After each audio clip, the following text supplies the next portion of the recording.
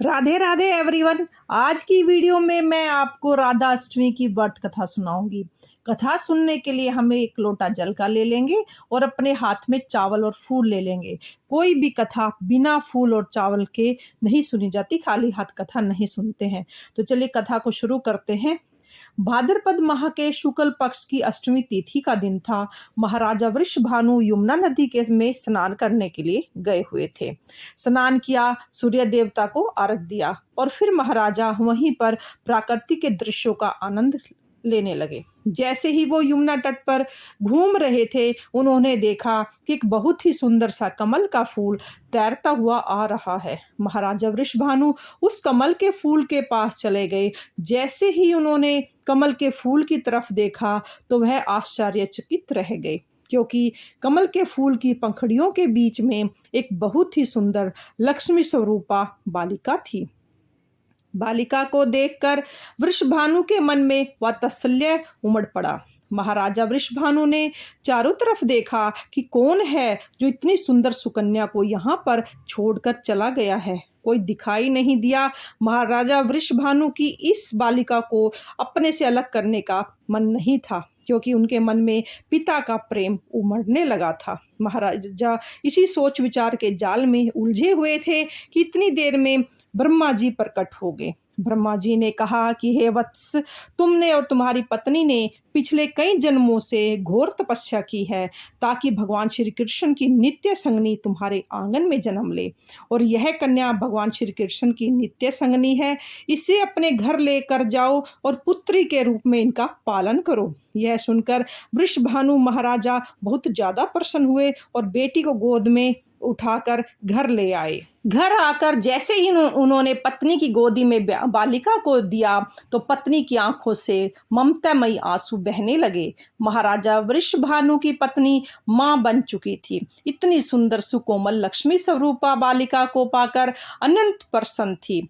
बालिका इतनी सुंदर थी कि उनकी सुंदरता के चर्चे चारों ओर होने लगे। कुछ ही दिनों बाद बालिका का नामकरण किया गया। लक्ष्मी स्वरूपा बालिका का नाम राधा रखा गया।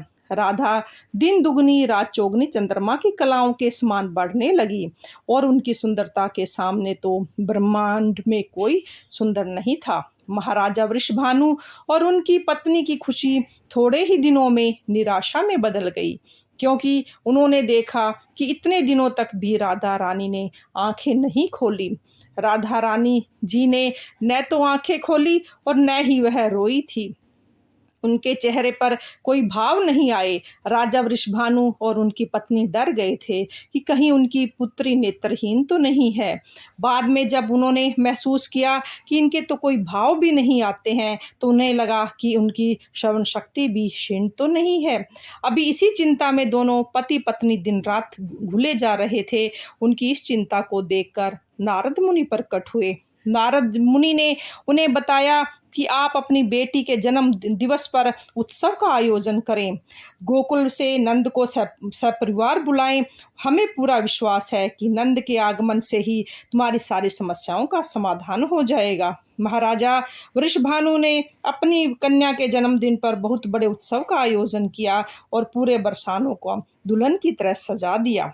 आसपास के सभी राजाओं को निमंत्रण भेजा गया और वृषभानु ने समय गोकुल जाकर नंद बाबा और को सपरिवार आने के लिए कहा।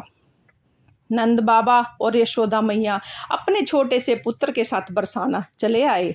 जैसे ही वो बरसाना पहुंचे, रौनक देखकर उनका मन प्रसन्न हो गया। अब उत्सव था, सभी लोग बहुत व्यस्त थे। नंद बाबा और यशोदा मैया काफी दिनों बाद महाराजा वृषभानु से मिले थे, तो इसी उनके मिलने जुलने में वो सभी व्यस्त हो गए थे।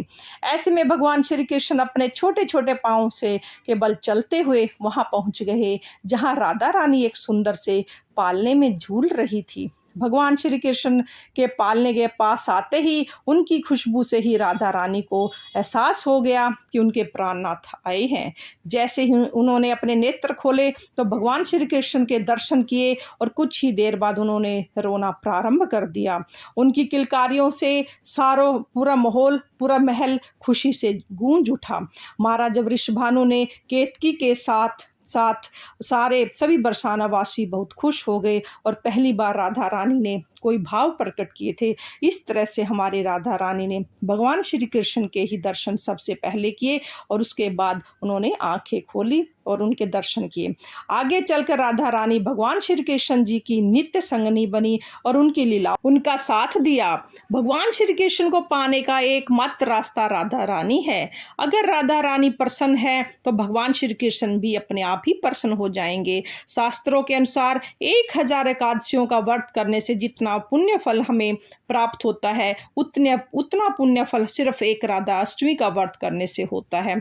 इस पृथ्वी लोक में मुक्ति पाने का एकमात्र मार्ग राधा रानी अष्टमी का व्रत है। यह भी राधा अष्टमी व्रत कथा अब सुनने के बाद हमने जो हाथ में फूल लिए हैं वह हमें राधा रानी जी के चरणों में हम समर्पित कर देंगे। इस तरह से हमारी व्रत कथा पूर्ण हो जाएगी। कथा सुनने के बाद फिर हम आरती करेंगे। पूजा होने के बाद जल का लोटा सूर्य देव को अर्घ के रूप में दे देंगे।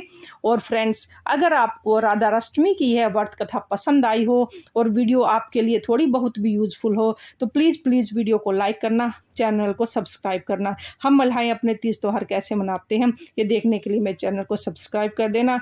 राधे राधे। फिर मिलते किसी और वीडियो के साथ।